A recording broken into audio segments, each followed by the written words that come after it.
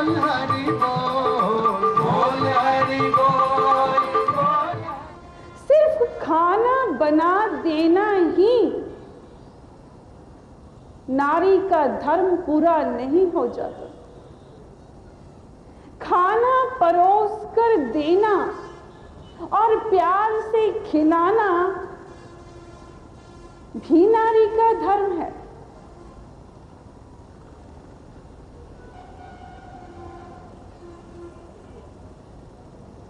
कि आप कितने प्यार से, कितने सत्कार से अपने घर के प्राणियों को, फिर चाहे वो कोई समय हो, आपके घर के सदस्य रात के 10 बजे 12 बजे आते हैं, आप गुस्सा ना निकाले, आप माने कि ये मेरा हो सौभाग्य है, ये मेरा पति है, ये मेरा बच्चा है, या मेरे घर के सास ससुर या कोई भी रिश्तेदार। आप उठे, उन्हें गरम खाना, गरम फुल्का दें, चेहरे पर मुस्कुराहट और स्वागत के भाव हो,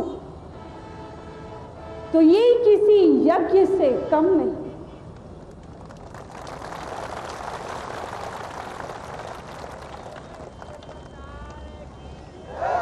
बच्चों, इतिहास का एक उदाहरण रखना चाहेंगे। द्रौपदी के मन में भी इच्छा हुई कि वो यज्ञ करे।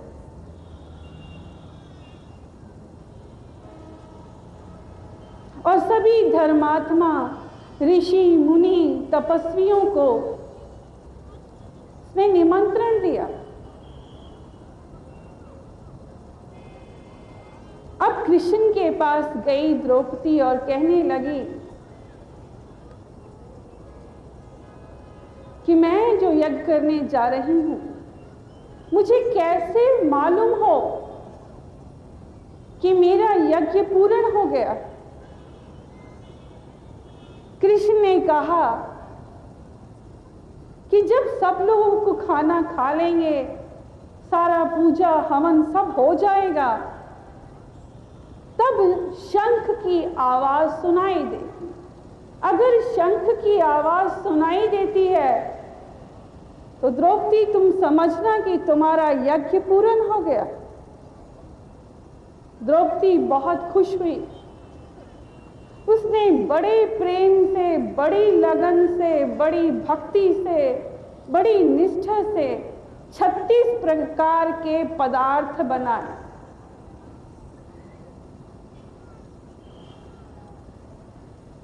और सच मानी कि सब पूजा हवन होने के बाद द्रौपदी ने सभी को एक एक करके अपने हाथों से भोजन खिलाया। किंतु उसके बाद भी शंख नहीं बजा। द्रौपदी ने कृष्ण से कहा कि आपने कहा था कि यज्ञ पूर्ण होने पर शंख बजेगा। शंख का ना बजना मुझसे क्या हो गई भूल। कृष्ण ने ध्यान दिया और कहा कि एक बहुत बड़े ऋषि हैं, आप उनको निमंत्रण देना भूल गए। द्रौपदी गई, उन्हें निमंत्रण देकर आई।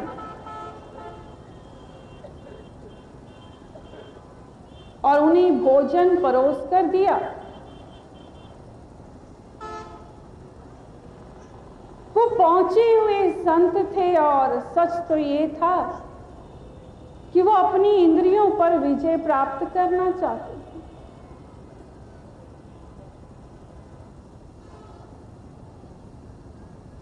द्रौपदी के 36 पदार्थों को उन्होंने एक साथ एक ही थाली में उड़ेल लिया, डाल दिया और मिक्स कर दिया।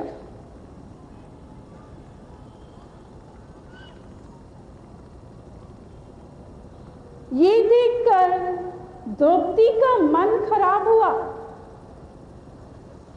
उसने सोचा, जिन 36 पदार्थों को मैंने इतने प्रेम से, इतनी श्रद्धा से एक एक पकवान बनाया और इन्होंने सारा मिक्स करके मिलाकर खा रहे हैं। इन्हें कैसे पता चलेगा कौन सा पदार्थ कितना स्वादिष्ट है?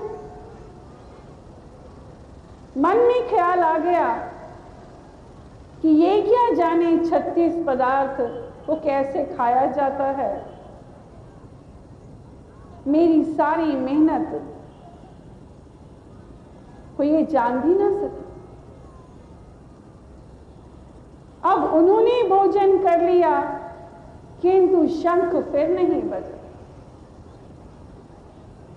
द्रौपदी कृष्ण के पास आई और कहने लगी कि अब भी शंख नहीं बजा।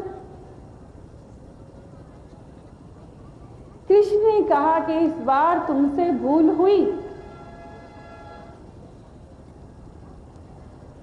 तुम्हारे मन में विचार गलत आ गए। तुमने जिस नजर से उन्हें देखा वो गलत था। चाहते थे संसार के भौतिक सुखों का आनंद लेना, वो फल फूल खाकर ही अपना जीवन यापन करते हैं। तुम्हारी सभा का मान बढ़ाने आए थे, तुमने उनके बारे में ऐसा सोचा। तो बच्चों, ये एक ऐसा उदाहरण हमने बताया कि हमारे मन में अगर इस प्रकार के विचार भी आ जाएं तो यज्ञ पूरा नहीं होता। और अगर हम प्रेम, लगन, श्रद्धा से सब कुछ करें, हर कर्म करें, तो वो किसी यज्ञ से कम नहीं।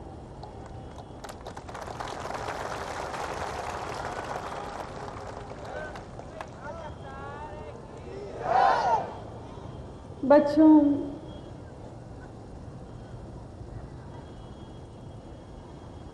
इस संसार में लोग मीट, मछली, अंडा खाते हैं, नहीं जानते कि इन सब चीजों को खाने का असर उन पर क्या होता। यहाँ के लोग ये मानते हैं कि ऐसी चीजें खाने से बल बढ़ता है, तंदुरुस्ती आती है, इसलिए खाना जरूरी। बच्चों, ये सिर्फ आपकी सोच है। शाकाहारी लोगों में भी शक्ति और बल उतना ही होता है। ये सिर्फ मन का एक भ्रम है। सच ये है कि मांसाहारी लोगों को रोग ज्यादा होते हैं। आज ऐसा मेडिकल साइंस भी मानती है।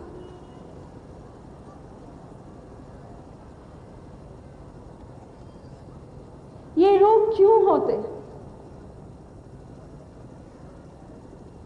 क्योंकि आप नहीं जानते, आप बाजार से मछली या मीट या अंडा जो लेकर आ रहे हैं, आप खा लेते हैं। पहले तो इन जानवरों को देखें कि ये कहाँ रहते हैं और कहाँ खाते हैं और कितनी गंदगी में रहते हैं।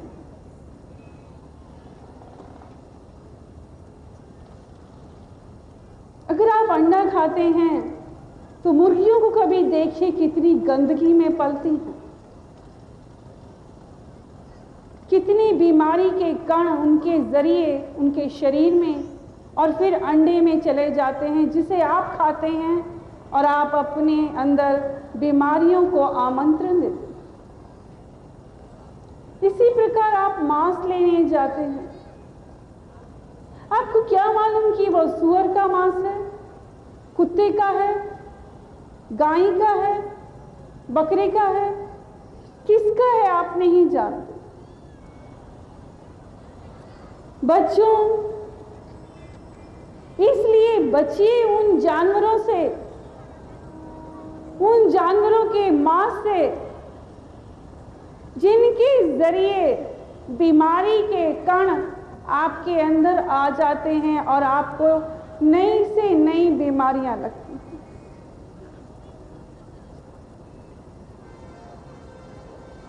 संसार का एक बदला हुआ रूप दिखता है। अगर ये कहा जाए कि आज मनुष्य का चोला पाकर भी आज का मानव पशु समान हो गया है तो गलत नहीं होगा।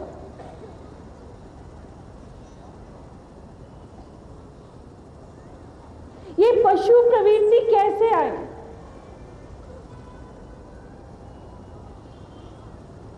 जब आप ऐसे पशुओं का मीट खाएंगे, उनका मांस खाएंगे, तो आपके अंदर स्वाभाविक है कि पशु प्रवृत्ति आ जाएगी।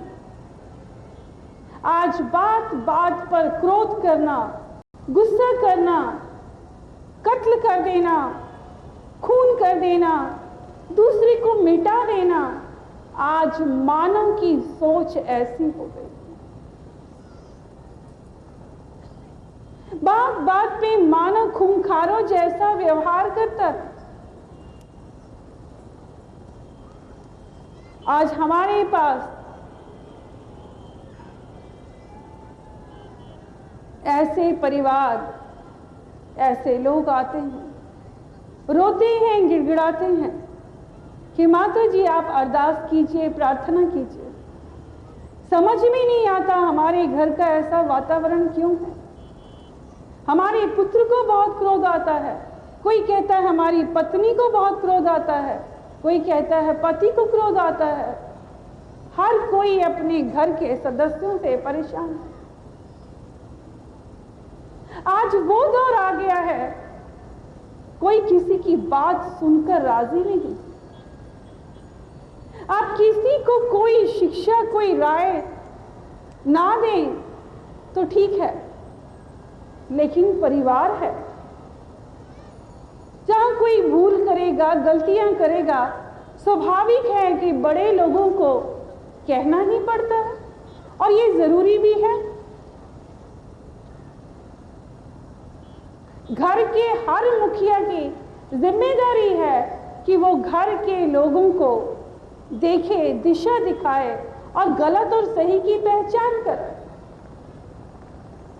किंतु आज घर का मुखिया, घर के बड़े किसी को सही राय दें तो गलत हो जाए। आज ऐसे ऐसे सच देखने को मिलते हैं।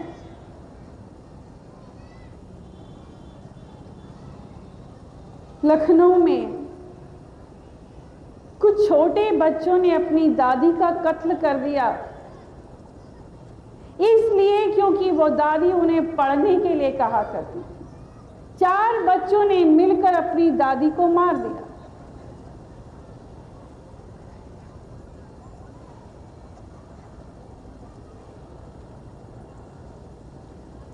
कई ऐसे और किस्से मिलते हैं जहां छोटे छोटे बच्चों ने एक नन्ही गोदी के बालक को मार दिया, इसलिए कि वो बच्चा रो रहा था और इनसे देखा नहीं गया, परेशान हो गया, उसे मार दिया। आइसक्रीम काउंटर पर किसी ने आइसक्रीम मांगी, सेल्समैन ने कहा कि ये आइसक्रीम खत्म हो गई है। वहां गोली निकाली गई और गोली मार दी गई। आज का दौर इतनी इतनी बात पर इतने इतने बड़े काम कर जाता है। इंसान को खून ऐसे ऐसे मार देता है जैसे गाजर मूली काट रहा है। इतनी हिंसक प्रवृत्ति, इतनी नफरत, इतना क्रोध क्यों? क्योंकि आप हिंसक चीजें खाते हैं, जिसके कारण आप के ऐसे विचार बनते जा रहे हैं।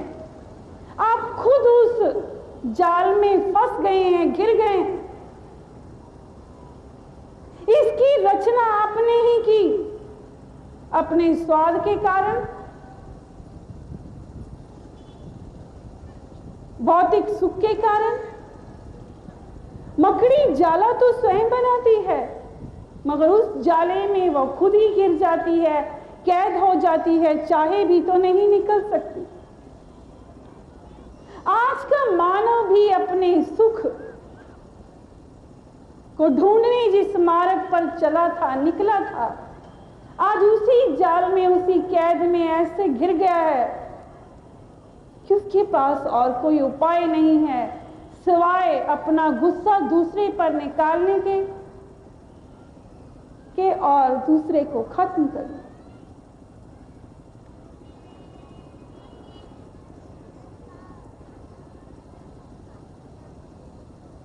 क्रोध एक ऐसी अग्नि है जो आज सारे संसार को भस्म कर रही, मिटा रही।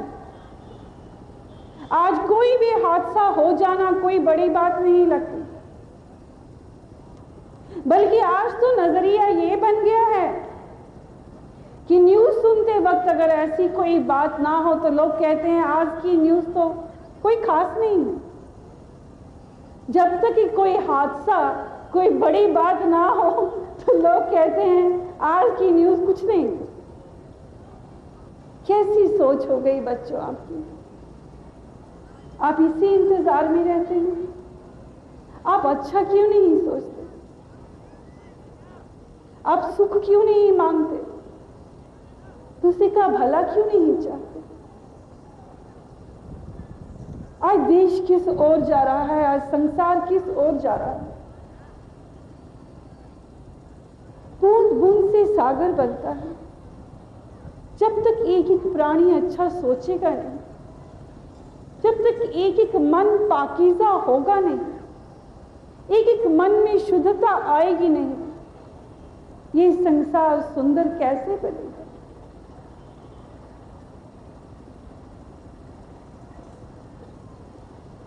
नशीली चीजें,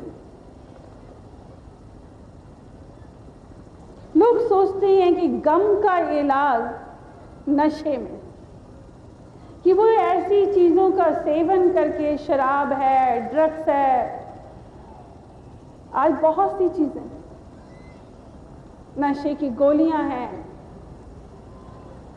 कई तरह के इंजेक्शंस लोग लगाते हैं। जब संसार का दुख उनसे सहा नहीं जाता